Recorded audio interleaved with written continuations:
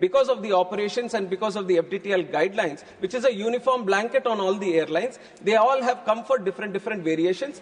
DGCA has sat with all the airlines wherever there was no compromise on the safety, after thorough consultation and after thorough safety risk assessment.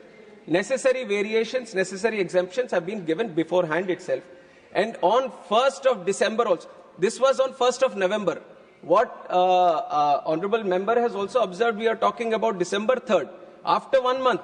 So there was 1 full month of operations in the new FDTL also. Why I am mentioning this point, even though we are saying because of the FDTL this situation has arisen, there have been a lot of internal complications. This is a day-to-day operations thing that the Indigo should have maintained.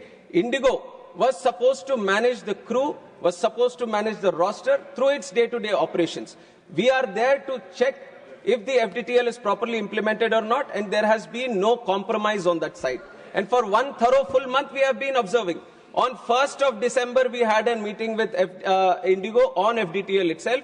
When they required some clarifications, we have given the clarifications also with that idea, and they have not flagged this issue. So everything was running normal till then. Suddenly, we have observed this on 3rd. Immediately, when this was observed, the ministry came into the picture. We have taken over the situation at the airports. We have consulted all the stakeholders, and then you have seen how things have unfolded for those 2 days. Definitely, there was a lot of difficulty that has faced by the passengers. And as a closing statement also, let me tell you that we are not taking this situation easily. We are doing an inquiry, and we will take very strict action, not only for this situation, but also as an example. We will set an example for all the airlines. If there is any miscompliance, any non-compliance or non-adherence for any single person, any entity or any organization or any operator functioning in this civil aviation, we will take very strict action so that we set an example in the industry.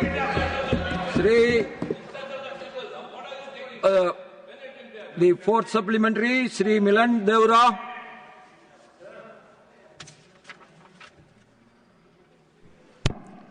So firstly, through you, I would like to express my gratitude to the Minister for expanding the scope of the question beyond what was written and getting a sense of the House and assuring the passengers in this country through the House. So I completely agree with the Honourable Minister when he says that India has seen unprecedented growth in aviation in the last decade or so.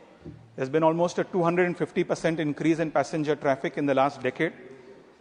And largely one can attribute that growth due to a very competitive, robust, vibrant marketplace, which has brought down prices, which has ensured safety and ensured high quality of service.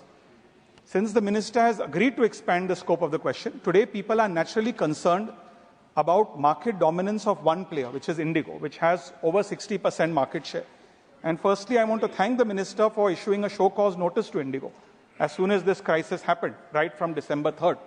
But my suggestion, humble suggestion, very constructive suggestion would be, perhaps if the Ministry of Civil Aviation through DGCA, in partnership with another regulator which comes under the Ministry of Corporate Affairs, the Competition Commission of India, were to do a thorough review of India's aviation sector to ensure that we have more competition, to ascertain whether there are any barriers to entry which are preventing new entrants from coming in.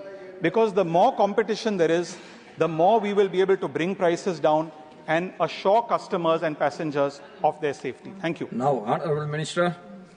Honourable Chairman, sir, I appreciate the question that has been asked by the Honourable Member. And right now, because this incident has happened and everyone is kind of focused on this subject and all these issues are coming, but the Ministry has already been working on this. We have envisioned the demand to be growing at such a rate that we want to have more airlines in the picture.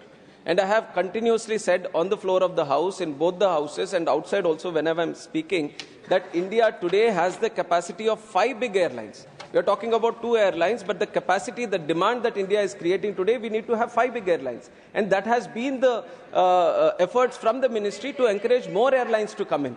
This House would also remember, sir, we have passed a legislation regarding the Cape Town Convention, which is the protection of interest in aircraft objects. This is specifically to align our civil aviation industry